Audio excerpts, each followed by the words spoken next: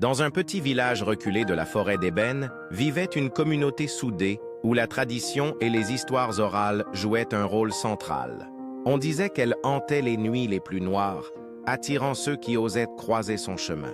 Les habitants partageaient une légende terrifiante qu'ils racontaient autour du feu, celle de l'ombre des ébènes, une entité ancienne et maléfique.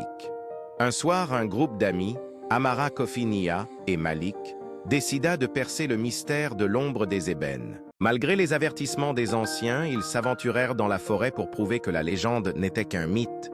Le silence de la forêt était assourdissant, brisé seulement par le craquement des branches sous leurs pas. Malik, le plus sceptique, ria nerveusement.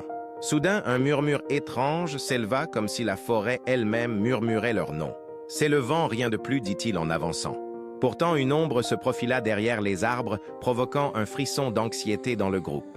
Les lanternes vacillèrent, projetant des ombres dansantes sur les troncs des arbres, rendant l'environnement encore plus mystérieux. Soudain, un murmure étrange s'éleva comme si la forêt elle-même murmurait leur nom.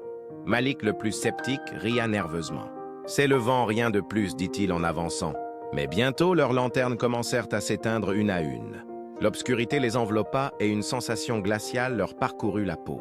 Une forme indistincte apparut au loin noire comme la nuit elle-même, mais avec des yeux rouges brillants qui semblaient transpercer l'âme. Amara chuchota. « C'est l'ombre. Elle nous regarde. » L'entité s'approcha sans un bruit, son visage se déformant en une mosaïque de visages terrifiés comme si elle portait les âmes de ceux qu'elle avait dévorés. Les amis tentèrent de fuir, mais la forêt semblait changer, les chemins se refermant, les arbres devenant des silhouettes menaçantes. Nia trébucha et cria, attirant l'attention de l'ombre. Elle tendit une main griffue et l'entoura dans une brume noire. Lorsque la brume se dissipa, il ne restait que ses vêtements. La forêt devint un labyrinthe sans issue. Les survivants coururent de toute leur force, mais une voix grave résonna dans l'air.